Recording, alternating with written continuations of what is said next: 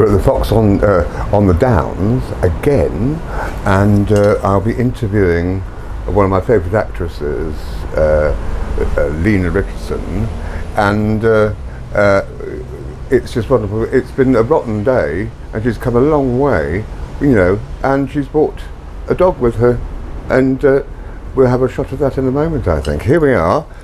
This is today's libation.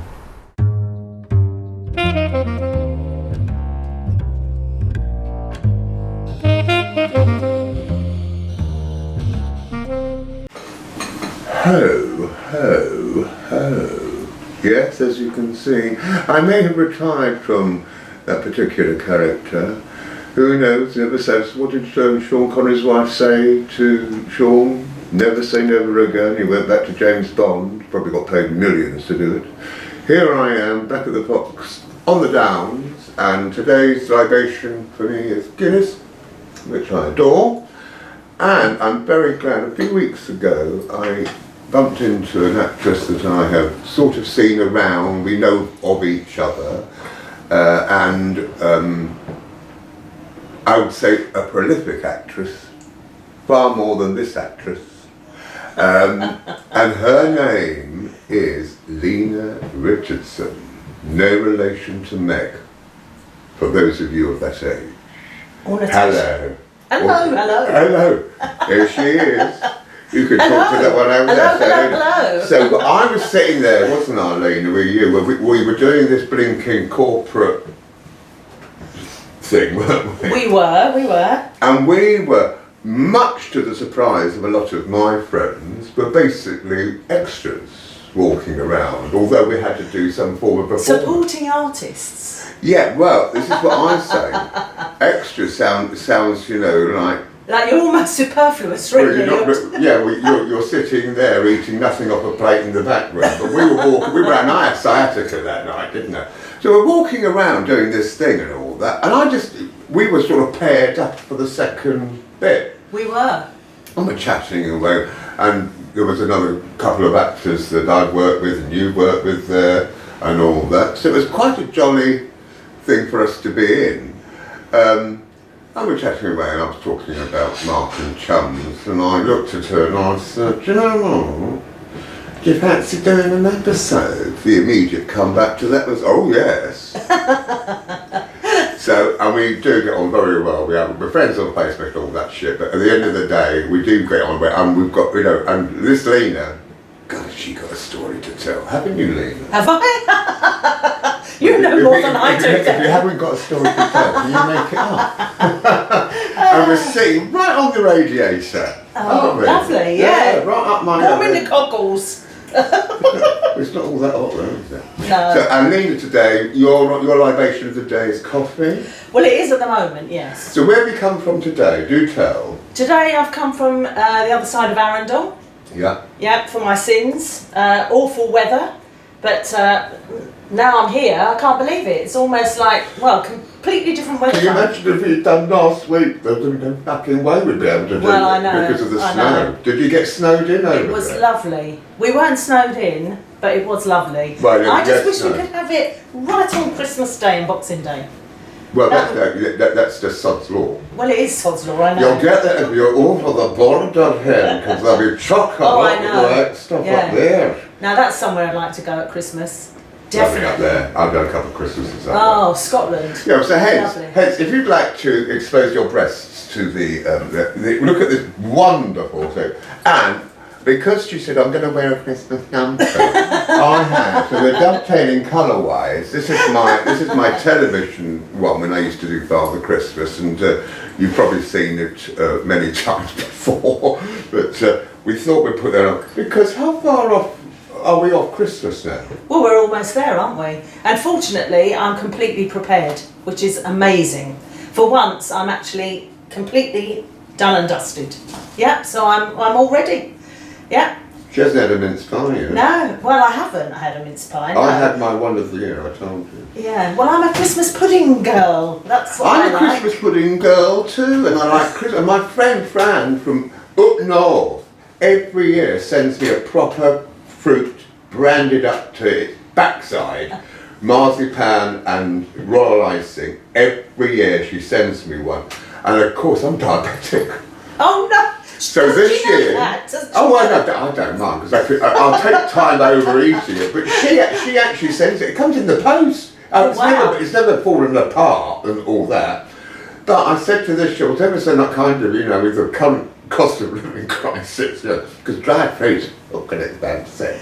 Well, yeah. She said, oh no, that's what I said. Well, what I'm going to do is going to take it into my young adults I look after, my autistic boys. They'll love it. And they'll love it because they. Do you set light to it? No, it's a Christmas cake, dear.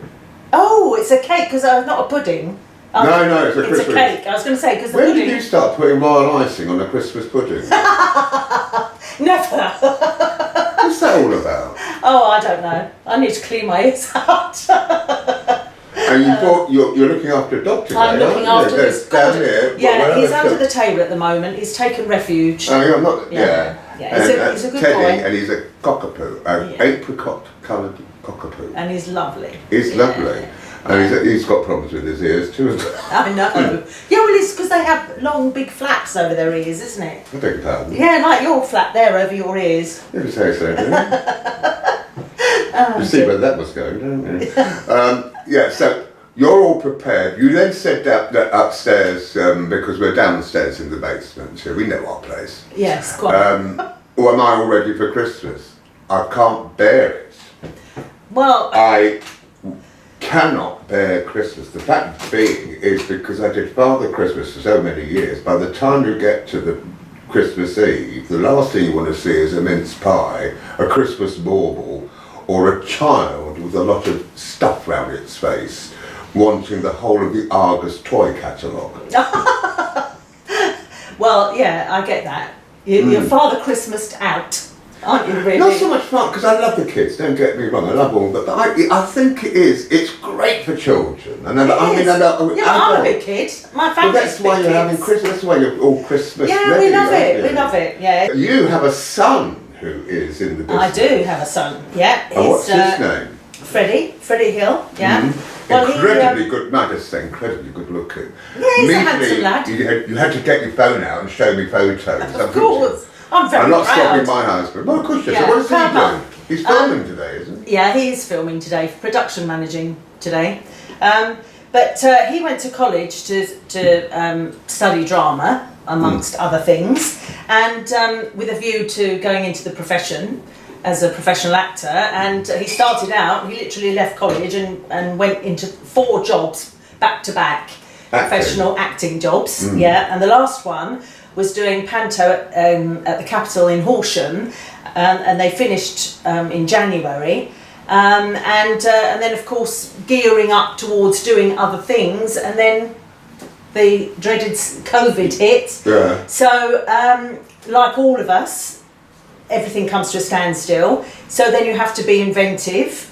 And fortunately, because of his interest in film, and I was gradually starting to get interested in film prior There's to that. There's another one there, Stephen. Yes, I told you. We both got very creative at home, and friends of mine who worked in old people's centres said, could you possibly put something together for us so that we can play it, because people can't go in like to entertain. Yeah. So could you film something at home and then send it to us? So we were filming all sorts of fun things. I mean, typical old-time music hall stuff, more of that later, but lots of old-time music hall stuff, and I'd sort of drafted him into it, and then I asked him if he'd do Digging This Hole, Bernard Cribbins, you know that song? Yeah. And because we found somewhere where we could get him to go down and pretend he was in a hole, and we managed to film this, and it was such fun, honestly. We had as much fun doing it as apparently they had watching it, so that's brilliant. Well, that's the whole point, because I've been in stuff, films and all that, not particularly working for my dear chum, we've become great friends over the years, and we've done a lot, haven't we, really? I mean, the amount of boost there has been to Stephen's back catalogue is amazing. It's all down to me, of course. Absolute codswallop. He invites Modest me. to the end. No, I mean, I look at it and sometimes I think, God knows what this is about, and all that. But the fact is that, it's strange you should say that, because when we've just done a feature film recently, which is currently in post-production, Yeah. and hopefully, when do you think? End of February. We've got one more ADR to do, which Okay. with my friend Gary's, because it's beautiful. They wanted, who was going to do that, and I said, well, Gary Stratton's got to do it, because he does have a beautiful voice. So it's the last bit of that film to be put down on digital, Yeah. but it's just his voice. Yeah. But we're going all the way back to the location, because he's such a generous man, and of course they love all that stuff, to have a look at the place, because you wouldn't believe it. Yeah, I've So- seen the pictures and it looks amazing. Well, don't you worry, you're going to be in another one here, yeah, right? We'll get the sun in, it's very pretty. He could have done that, put the shoe fetishes under the bed. Oh, I don't know about that. So one person I'd actually watched the cast in it, because he actually, having been a casting director, looked at the script, what do I think I could possibly do that? And I said, how much film have you got then? Show real stuff. I've got none. I said, not the way to go, is it? I said, if you want to be in this profession, it's called acting. It's not, if you're embarrassed about doing something that didn't have any boobs out or anything like that, there's something wrong there. Mind you, I'm in a lot of scenes with all their titties out. I mean, it's disgusting, man of my age. So no, but that's the thing. It is got to be fun. Oh, absolutely. With a capital F. What did Julie Waters say? It may be Hamlet, but it's got to be fun, fun, fun. The weather may be wet or fine, we'll just rob along without a care. I'm gonna hang out the washing on the washing line, so we have clean clothes to wear. But anyway, Here he is. Hello, baby. sweetie. Because I made that funny noise, I promised you I didn't fart. You're a good boy, aren't you? Yeah. He is. And you're being godmother to him for a few days, aren't you? Because Mummy's away in Bar. Yeah. So you've been doing that. So we were doing that at home, and but because obviously there were 2 years of no stage work, Freddie decided to teach himself all the basics of filmmaking, and he literally taught himself from the ground up all the aspects. So colour grading, editing, sound, lights. You're listening to this, every single aspect of filming. He's listening to this. And I have to say, it was extremely beneficial from my point of view, because doing self-tapes It's a nightmare. Yeah, I mean, years ago we didn't have to do all of those self-tapes. So just spend a fortune trying to get up to the bloody audition. Yeah, exactly, for a few minutes, if that. If that. Yeah. And never getting the part. I hated the whole process. I know, it's quite a process. But fortunately, having a youngster who knows their stuff technically, it was extremely useful for me, because when you're used to being on stage and making everything, that's enough, Ted. I'm getting so tired of these comedy songs. I want to sing something divine. I'm sure I am certain to shine as a star in the opera line. I really love Wagner, Mozart and Puccini. Their music is really tip-top. So I mean to change my name, Blogs, to Blogini, and see if I can't get a shop. I ought to sing in opera, I've got that kind of voice. I ought to sing in opera, if I could have my choice.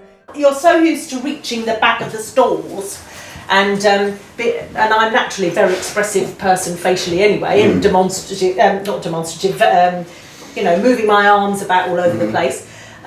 So doing self-tapes and having to really bring it down was quite an exercise for me. Didn't I say this in another show? Yeah. William Hartnell said to Peter Purvis, remember television, it's small. Yeah.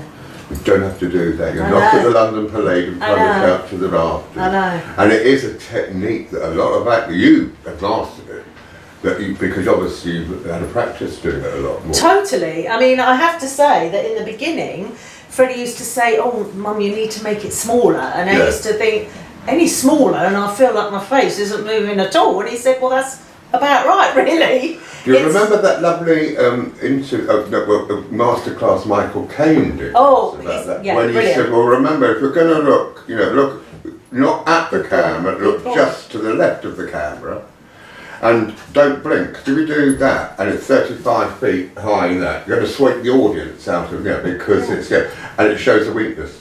Yeah.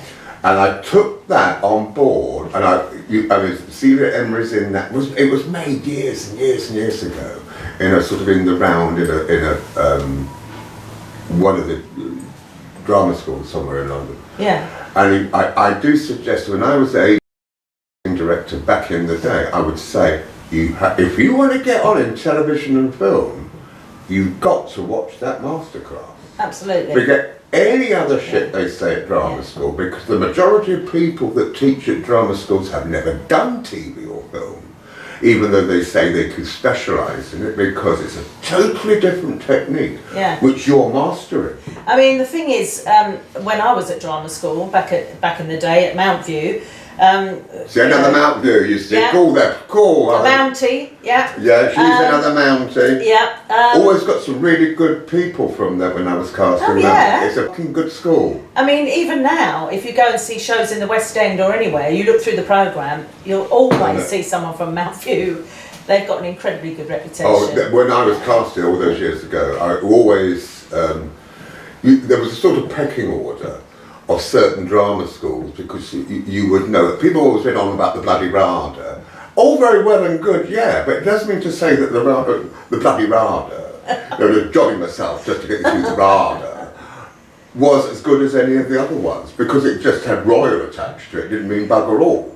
Although they've got a wonderful, don't get me wrong, they've got a fantastic group of lecturers and specialists there. But I always tend to say, oh, RADA, all right, hold on a moment, because they will be indoctrinated in the RADA way. Do you think it's the same now? Not so much. No. Exactly. I would take people at Mount View, the Poor School, all that lot, even Sylvia Young and all that. Yeah. All those old ones that have been around for donkey's years, and Guildford. Well, of course, Mount View's now at Peckham, isn't it? Yeah. Fabulous. Well, I all know singing, all dancing, it's got everything now. What do you amazing. Mean? Let's put on a show. Oh, shall we put on a show? Yeah. I can be you the stuff and you can be Cliff Richard. We'll put on a show. I don't know about that. Yeah, I'm going on a summer holiday soon after this fucking lot, I tell you. Lucky you. But no, but that is brilliant. That is brilliant. And although your son has aspired to go into another form in our business, well, it still doesn't mean to say that he can't act. Oh no, well I mean he's still got an agent, he's still with Smart Casting, and if the right part came along, he loves Shakespeare, absolutely loves it and totally gets it, because I mean so many people don't have the foggiest idea. Yeah, I've seen Shakespeare. I always say where people don't understand what they're saying. Yeah, watch Upstart Crow, the comedy series. You'll get a better idea of what Shakespeare's about. Yeah. Because in fact Shakespeare was,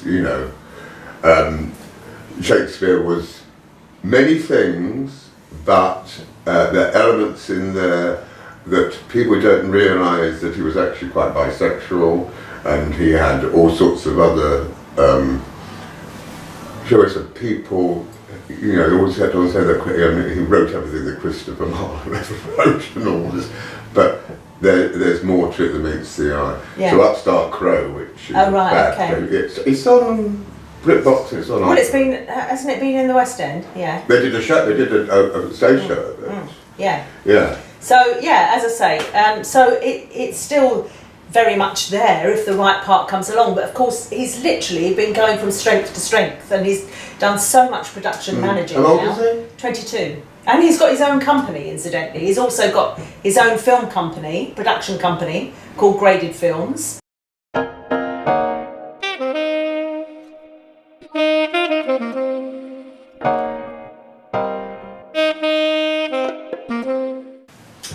Now, Lena, that is? Oh, that's my mum. That's Sonia. Sonia Frost was her name, and she was a professional dancer. And in fact, she also went on to teach ballroom dancing. And when she was teaching ballroom dancing, she used to teach boxers how to ballroom dance, because apparently it made them light on their feet. It's very good for, you know, ducking and diving, if you like. So, yeah, so she was a ballroom dancing teacher. And Did you box as well? no, box clever. No, I mean, I need to go back a bit really, because she used to do shows when she was younger. I don't know if you can catch that. I think she's 13 there she is. And my mother had the most amazing long hair, and it was so long that in those days when they had mirrors over fireplaces, she used to brush her hair looking in the mirror, and one day an ember flew out of the fire and caught the bottom of her nightdress, and of course they were all those sort of nylon-y things in those days, and it clung to her legs, and she screamed. Her brother rushed in, rolled her in a carpet, burnt his hand in the process, but my mother badly burnt her leg, and she was in a wheelchair for 18 months. They told her she'd never dance again, and of course that's red rag to a bull to my mum. So she vowed that she would get back on the stage again, because literally, I mean, that was her life. That's all she ever knew. And she did. She got back on the stage, and she was in the Black and White Minstrels. Cool. She didn't qualify for the Tiller Girls, because unfortunately she wasn't tall enough. They Which were is all a the shame. same height, didn't they? Yeah, well they had to be quite tall. Because And my mother's... Betty Boothroyd was it? Yeah, absolutely. The old Speaker of the House. Absolutely. Oh, look at her there. Yeah, gorgeous, beautiful long hair, absolutely beautiful. Yeah, and of course these fabulous clothes that they used to wear. Look at those sort of costumes, which leads me on to another thing, because my mother had an amazing array of costumes which I've inherited, and some of them are even things that I've worn over the years. We've done Ted, be quiet. Yes, we've done shows. I've done shows where I've worn costumes that my mother wore years ago, and it's amazing to look at the two of us. I've actually got pictures of us side by side, taken at different times but wearing the same. History has totally repeated itself with my mother and I. I assume then, because of your mother's love of the theatre and all the stuff in dancing and boxing by the count, Not so much that. you had to go into the business.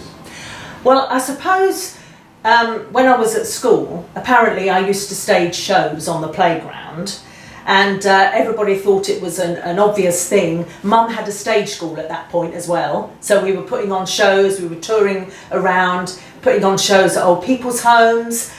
We were entertaining the deaf because they could see us, entertaining the blind because they could hear us. We went to Bernardo's children's home. We went to all the animal homes.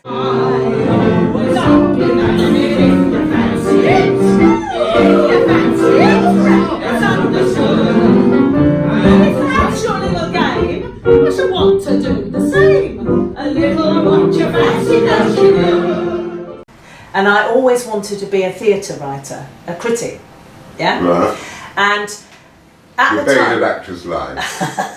living in Felixstowe, we've got an amazing theatre called the Spa Pavilion, and we used to have touring professionals come to the spa, and I used to, when I was old enough, I used to help serving drinks, because it was like a cabaret style, so you could go around the auditorium and you could serve drinks and everything.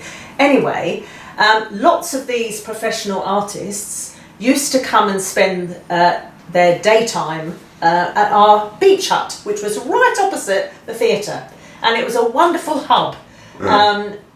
You know, and a place they could unwind and have a cup of tea, and it was brilliant, absolutely brilliant. So, as I say, everybody assumed that this is what I wanted to do, but I was more interested in writing and combining my love of the theatre. So, when I took my A-levels, after I took my A-levels, the question was, what are you going to do now? And I wanted to be a journalist. And so I looked into all of that, and it would have meant more study. Now, I studied so hard to get my A-levels. I got my A-levels, thankfully, but I studied so hard that I thought, you know, I've had enough of using my brain. I want to now be more physically active. So what do I know next best? And of course, it's the theatre, entertaining, which I've done it since I was knee-high to a grasshopper. I mean, Mum taught me ballroom dancing at the age of 4, and I've got a picture of her, you know, with her dancing group and teaching me how to waltz when I was 4. So Not very long ago. No, absolutely. So I remember thinking, well, I was told, oh, that's not a real job. Of course, that's what they say, isn't it? That's not a real job. What do you really want to do? What do you really want to do? Yeah, how are you going to earn a living? And I thought, well, no, this is what I want to do. So anyway, I was very lucky that I was the last person in Suffolk to get a grant to go to drama school. And if I hadn't have got a grant, I'm not so sure I would have ended up there. But luckily, I got into Mount View, and that was the start, really. So I ended up doing, really, everything everybody thought I would be doing. But since then, I have managed to include a bit of journalism along the way, because I've written for our local paper. I've done 31 articles and interviewed lots of people, and done 31 articles for our local newspaper. So I have managed to, you know, do some writing, which I do love. But It's a craft in its own, isn't it? Oh, it totally is. I mean, that was fascinating, because I was focusing on where we live and our villages and all the interesting facts and people that live in that area. And there's just so much to know. I mean, people are really interesting if you bother to get to know them, you know, and find out a bit about them. Everyone's got a story, and I absolutely loved it. And because, unlike other journalists who used to ring people up and interview them, I would go round to their house. And of course, when you go round to their house, what happens? You get the photographs out, you get the extra bits of information you wouldn't get over the phone, you know? So, yeah, and it was much more interesting doing that. So anyway, I've digressed really, haven't I? But well, no, but it's a process you're going on to. Oh yeah, I mean, because what happened then? Shall we say after you finished Mount View? Well, before I left Mount View, I was one of only a few of us who'd got what was then the provisional equity card. As many people know, back in the day, you had to get a provisional before you got a full, a bit like the driving licence. Yeah. So I remember having to go up to Equity and prove that I'd had a previous professional engagement, that I had a current engagement, and that I had something to go to. I seem to remember I had 3 bits of information. All different. So yeah, I mean, so different now. Anyone can join it. It is totally different now. But the thing is, even though I took 10 years of honourable withdrawal, which meant I still paid my honourable withdrawal because I wanted to keep my professional name in case I ever went back to the business. So I paid my honourable withdrawal, and also I felt I'd worked hard for my card and I didn't want to give it up. You know, to me, it meant something. It may not, over the years, it's gone up and down like this. You know, there are times when Equity hasn't had quite the same clout. And I feel, but I didn't want to give it up because I felt I'd really earned it and I wanted to keep it. So I've always sustained it over the years. Yeah, so anyway, before I left drama school, I had my provisional equity card, and my father, who's a caravan designer, interior designer, and from chassis upwards, very clever. He was also a semi-professional drummer. So he used to play in a lot of big bands, and he played in a couple of local bands, and I used to go along and sing, which is a big passion of mine. And so that was great. And while I was singing, I was asked by an agent if I'd be interested in auditioning for New Faces. So at 15, I remember auditioning for New Faces and getting through to one of the main last rounds, really, before being televised. So close but no cigar. But what an experience that was. And then I went on to do lots of solo cabaret work, which was fantastic fun, but very lonely, obviously, because if something doesn't go so well, you haven't really got anybody else to, talk about it and say, oh, it doesn't matter. But when I worked in Mallorca, I had a stint in a hotel in Mallorca. I got together with the musical director, which is a very good move, as it turns out, because he used to write all my dots, so he did all my arrangements. And when we finished the season, he got me, because he was Welsh, he got me a few gigs in the Welsh clubs. Well, that was an experience, singing in a Welsh club, because all they want really is a bingo, and they've got singers at £2 a penny. So, but it was good grounding. But I remember going to one club, and I was showing the band my dots, and they looked at it as if it was in a foreign language. And I was starting to get panicky, because I was thinking they're not going to cope with this, because I've got a James Bond medley, for instance. Well, if they'd have just got one piece of music, then they would have been able to follow that. But to play all the different themes and change the tempos and all the rest of it, I think brain fog. So fortunately, I had my other half there, and he said, don't worry, I'll play it. So on a couple of occasions, he's actually stood in and played for me, which was fantastic. So I started out doing that, and then one thing leads to another, and then somebody offers me pantomime role, and then I start doing all sorts of other bits and pieces after that. But singing was definitely my main sort of start, I suppose. Although when I was at Mountview, I was always given musical theatre roles, leading roles for musical theatre. That was really my thing, I think. I think I did one dramatic play, playing Helen of Troy, and a really fun play called Love on the Dole, where I played a right northerner, and it was really good because it was really good because no makeup, you don't have to worry about what you look like. Yeah, it's great. So that's how it's gone along, and I think because my mother, as she got older, she wasn't performing herself. She then started to direct and choreograph, and that is very much what I've been doing. So it's, honestly, our paths are so similar. It's uncanny. Yeah, it's just absolutely amazing. And sadly, my mum passed away just over a year ago. God rest his soul. But I have inherited all her scores and her libretto and all her workings out, and it's just like. And all her costumes. Yeah, costumes. Well, so much of my mum, apparently I'm so much like her anyway, which I believe is true. Especially when we're both on stage. My dad tells me it's like looking at, looking at my mum. So, but which is not a bad thing, I hasten to add. I've inherited a lot of her bits and pieces, and which is lovely. Did she have an interest in what a lot of people would call variety theatre? Oh, totally variety theatre. Yes. The wonderful music hall. Yeah. I'm sure you went into that. Oh, music hall. I mean, definitely a genre that my mum enjoyed in her older years when she was putting a group together and touring it round.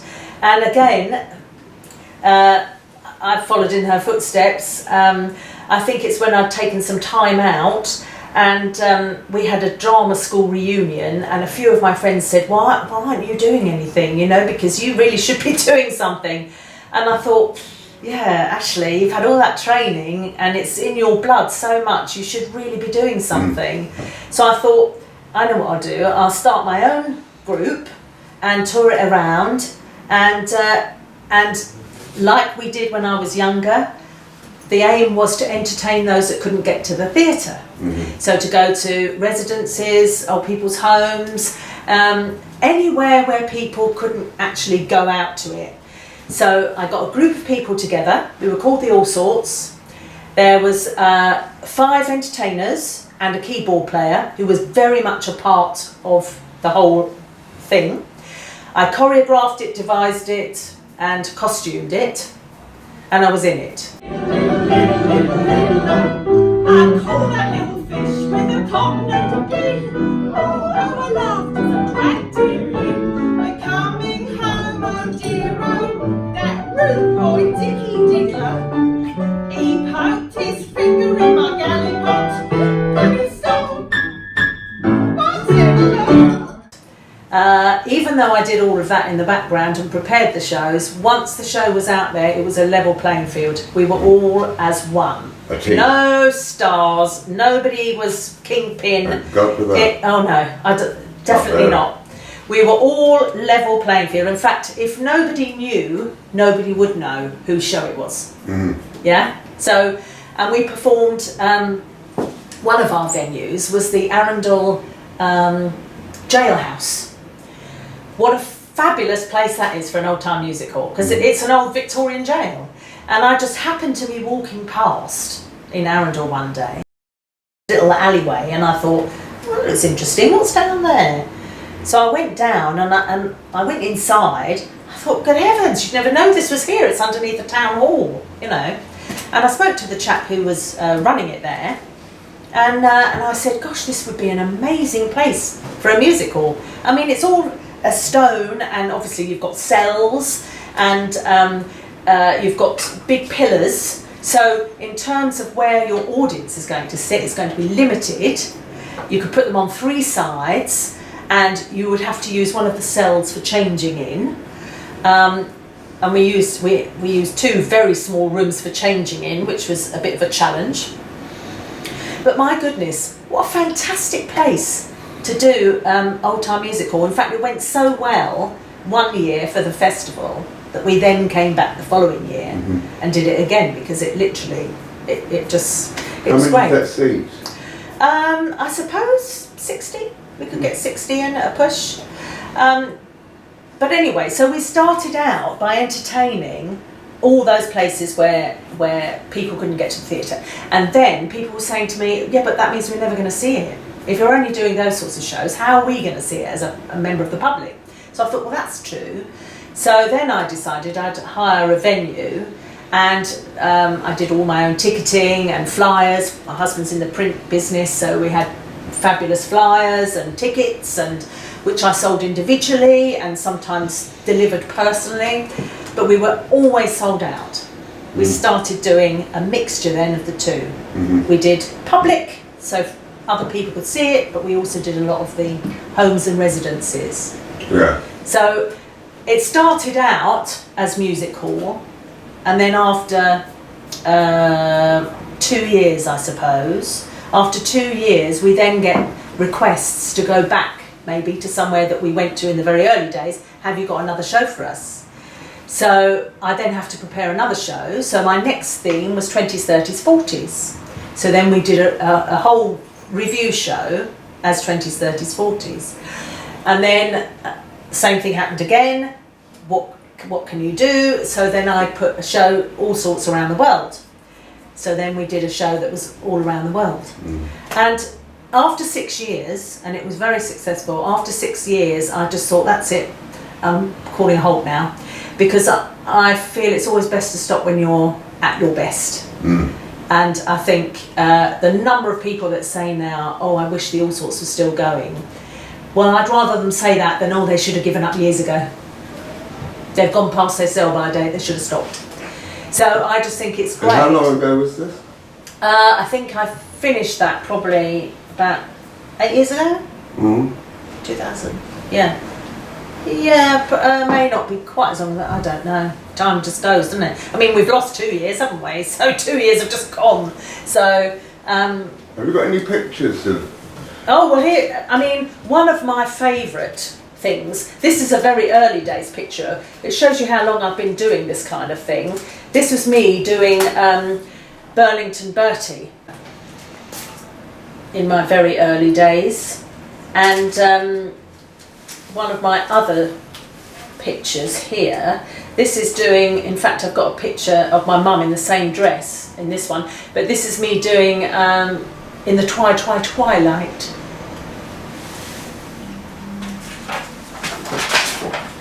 Wouldn't go down my thigh.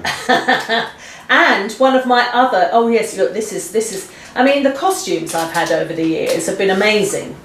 And that's actually a Cockney outfit, believe it or not, but it's a rather fabulous sequined Cockney outfit. Yeah. Oh, I love that. I know, your tit fur. Yeah. So. Were these your mothers? No, not that particular one wasn't. No. But yeah, I mean, I've literally got so many here. We could be here forever. Yeah.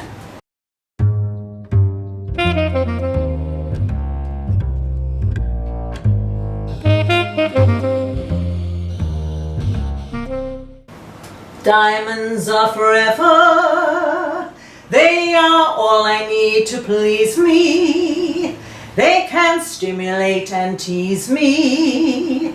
They won't leave in the night. I've no fear that they might desert me. Da da da da da.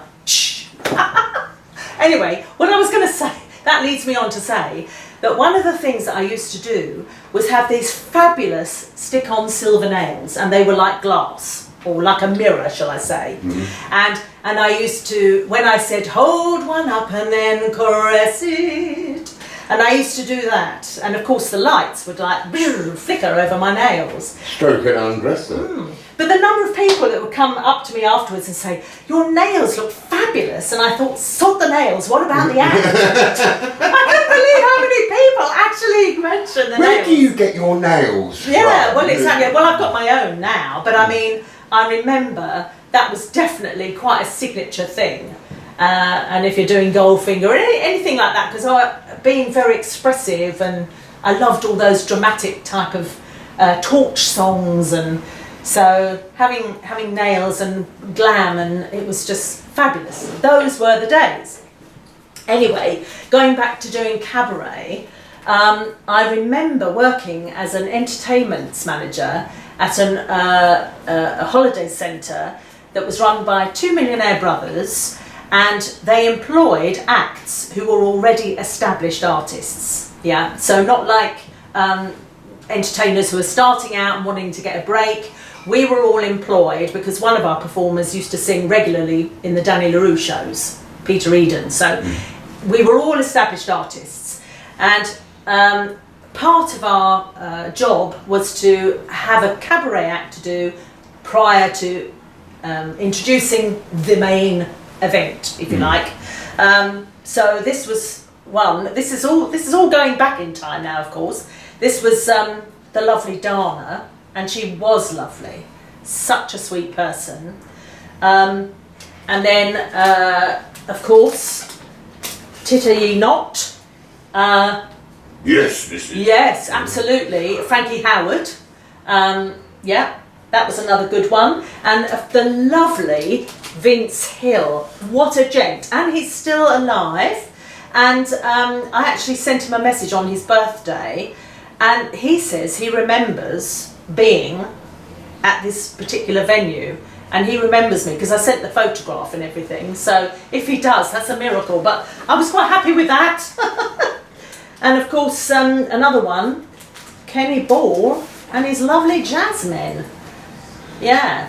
So these are just a few that I've managed to get photographs of, because sometimes you can't always manage to get them. But so we'd do our act, and then obviously we'd introduce them, and then when they're finished, we'd take them off. So, but yeah, that was great fun, meeting all these different people. So. I mean, I'm just going to say, I mean, what a history that is, and it's so right. Well, yeah, it is. I mean, Ronnie Hilton gosh, that really takes you back. Not a lot of people are not going to remember him. Ronnie Hilton. I remember Ronnie Hilton. Do you? Say no Jesus more. wept. Say no more. Yeah, I mean, Ronnie Hilton was another one. Leslie Crowther. God rest his soul. Wonderful man. Yeah, he was. He was lovely. And Very funny. I tell you who else was really lovely, and I had a photograph of him here somewhere, was Norman Vaughan. Now, that takes you back, doesn't it? Hold on to your hollyhocks. Do you remember that? Because he took over the Golden Shot. Yeah, absolutely, yeah. So Norman Vaughan was absolutely lovely. I can't even remember where I put that photograph now, but anyway.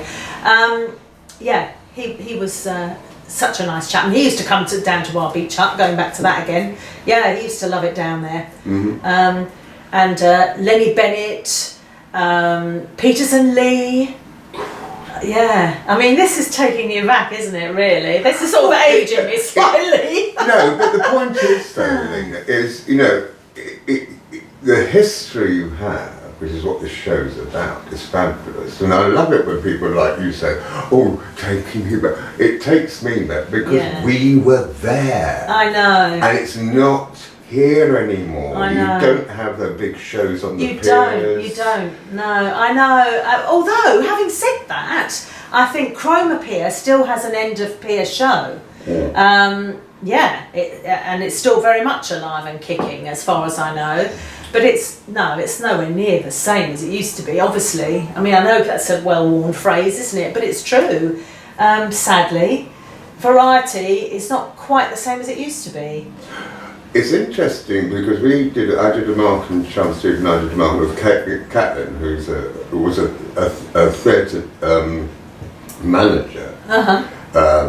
And he's not very well at the moment, but we had a wonderful programme with him, and he was literally going on about. He also did cinemas too, so he was involved with that. And of course, they used to use the cinemas as stages. Yes, absolutely. You know. Yeah. And to listen to his history and all that, this is all, this is like concatenating the two together, so it works so well. There is so much to talk about. I mean, we're going to have to do a second programme, I'm sorry. Well, there is a lot to talk about. I mean, you're saying... if we want to do another set. Well, yeah, it's fun though, isn't it? It's fun for me as well, because it's great to look back at all these things, and I'm a big fan of photographs, and thank heavens, because, you can only carry around so much in your head, but looking at the photograph, it literally brings that moment in time right back. And I can look at everything and think, yeah, I remember that, I remember this, and it's brilliant, I love it. So it's great to have photographs. I know my family always say, oh no, not another photograph, but it's amazing how much we go back over them and we use them for different things, and it's quite fascinating. Back in those days, can you imagine if we had our portable cameras, not the quite big, but our phones and all that. Can you imagine? Yeah, that's my only regret, really. Well, it's not a regret because I couldn't have done it anyway. That's the only thing which is a bit of a shame, is that I haven't got footage of me doing all those years of cabaret. Because we didn't do that then. There was no such thing, was there? I've got pictures, I've got lots of pictures of me singing, but no moving footage of me singing, which is such a pity. Well, there's a bit of moving singing here, although we're sitting down. Absolutely, I know.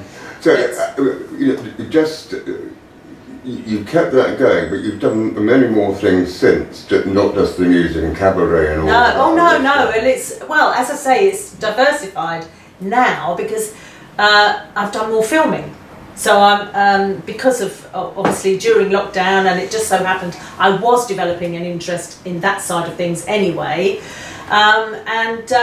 So my son and I made 2 short films during lockdown, 2020 and 2021, which have been shown all over the world, and we've won quite a few awards. And I've won Best Actress in Norway, India, the Ukraine Online Festival, which really means a lot to me because they obviously can't do that in person. So no, that's been lovely, and of course that's quite a legacy, isn't it, to have footage of myself and my son in a short film, How big's your mantle, please? I wonder what you're going to say for a minute. I was going to steady on. How big is my mantelpiece? No, to put all your awards on. Yeah, but a lot of them, they don't give you, although we have just picked up a physical award, you get the certificates, you get the laurels. So I'm not quite at the Oscar level yet to be worrying about that. But, you know, out of acorns. I think that recently they had that programme on called There's Nothing Like a Day. Which had Oh, the that was so brilliant, wasn't it? And Maggie Smith, who's won an Oscar, or a few, I don't know how many she's won. They said, where's your Oscar? She said, he's keeping a door open. Well, you know, you've got to be practical about these things. It's terribly heavy. It's terribly heavy. She said, I'll just keep It the does door the open. job. It does the job. Does the job. Absolutely. I bet she's got a very large mantelpiece. Stop it. So you've done the films. Now, I very much have, you know, this company that Stephen is in charge of and all that, make many films. I would very much like to be in a film with you. That would be fun. Yeah. You know, there's something to think about. Do you think he could cope with both of us on the same project? That chap has coped with me for so many years. Yeah, and he's still here to tell the tale. Yeah, and Amazing. all of that. And a very generous man. But no, I do actually say to a lot of the actor friends, you know, that we have of these shows and all that, or even just in communication with them on Facebook, there's another thing, you know, and all that. Would you like to be in a film? It's like, oh, let's go and put a show on thing again. Well, yeah. But I'm always interested because it's always nice to have fresh talent. Not to say that we're decrying they haven't done bugger all. The fact is, just have something new in. Yeah. Well, a new face. I think that's really good because sometimes you do get a little bit tired of seeing the same faces in everything. On the box, for a start. Yeah. They tend to sort of, overuse people, I think. It's just weird how sometimes something that's been filmed like a couple of years ago, all of a sudden everything they filmed is all being shown back to back. So you think, oh, someone else please. And there's just so many good people out there, isn't there? I mean, that's the thing. To me it's like the destruction of pantomime because they have to have names. I know, bums on seats. You know, gladiators, weather girls, things like that, who can't act themselves out of a paper. What, talking about pantomime? Oh, this takes me back. Here we go. Oh. Is that you slapping your thigh? Well, that's me in a pose, sort of a publicity pose for pantomime. Oh, I love pantomime. You wouldn't go down the Oh, yes, I do. You wouldn't go down the pantomime situation in that frock down to Lidl's, would you? Well, no. I've still got that. Do you know, I've still got that. I mean, can you believe, I think in that photograph, sideways on, I look so slim there. And I remember when we were at drama school, my best friend and I were always being told, oh, you need to make sure you keep your weight down because on television it makes you look bigger, which is true. But I mean, at the time we thought, you know, are we really that big? And we look at ourselves now and we think, wowzers. And they're telling us, you know, you got to keep it down, you got to keep it down. But I mean, we were young there, weren't we? So. How old were you then? Oh, I've got to be about probably 22. Hello. Yeah, you gorgeous boy. You've been so good, haven't you? You've been so good. Well, we're coming to the end of our programme now, which means we're going to have to do another one, and I'm sure Steve would agree that that's, you know, or perhaps come over to you and do it over your In situ. You could show us that little alley you went down. Oh. Can you give us another song? Just to finish What? No. Oh, wait, no. Let me rephrase it. What in any situation would be your finale song in your cabaret act that you love so much, and you would always use, or perhaps, or start the show off with? Well, a song that I always like doing, especially in my music hall, is I always hold with having it if you fancy it. If you fancy it, it's understood. So if that's your little game, I shall have to do the same. A little of what you fancy does you good. But on that note, I want to thank you. Can I give you one of those? And considering we were not what were we? Support artists? Supporting artists. Supporting artists. And that was the first time we've worked together. But I'll tell you what, we're going to work together, because this is the second time we've worked together, and it has been a delight. I want to thank you so much. Oh, that's all right. It's fun. I like to have fun. Yeah. Well, one or two people can be quite reticent about talking about themselves, but you and I can. No, I just love it. I just think I don't feel it's historical. You're putting it on, so somebody who may not have gone through the era we've been through, who may not understand the history, like the one we did with Captain. Yeah. It's down there. Yeah. And that can't be taken away from us. No. And I mean, in terms of musical, just briefly, there is a resurgence and definitely an interest again in it. And many times I've thought about, starting it all up again. You're going to go into get backing up rock again. Well, I don't know so much about that, but I've got plenty of others, don't you worry. Oh, Have yes. you got anyone that will actually fit me, do you think? Well, possibly. Amazing what you can do with sewing bits together and adding bits on, I've heard it. So I'm going to thank Lena Richardson for coming to see us today. It's been a delight. And happy Christmas to everybody. Yeah. And we could do that. Have yourself a merry little Christmas. Christmas time is here. What? You're singing the wrong words. I was going to say gay. Oh God, may your heart be gay, isn't it? Yeah, I don't know. It's supposed to be may your heart be light. Next year all your troubles will be out of sight. We are bookable. Not on that basis, we're not. She sings one song of the same thing, but I'm completely doing the wrong words. So on that note, say goodbye, Lena. Bye now. Have a good Christmas, everyone. Come back and see us soon. Thank you to Stephen, and thank you to the folks on the dance. Diamonds are forever. They are all I need to please me. They can stimulate and tease me. They won't leave in the night. I've no fear that they might desert me. Da da da da da.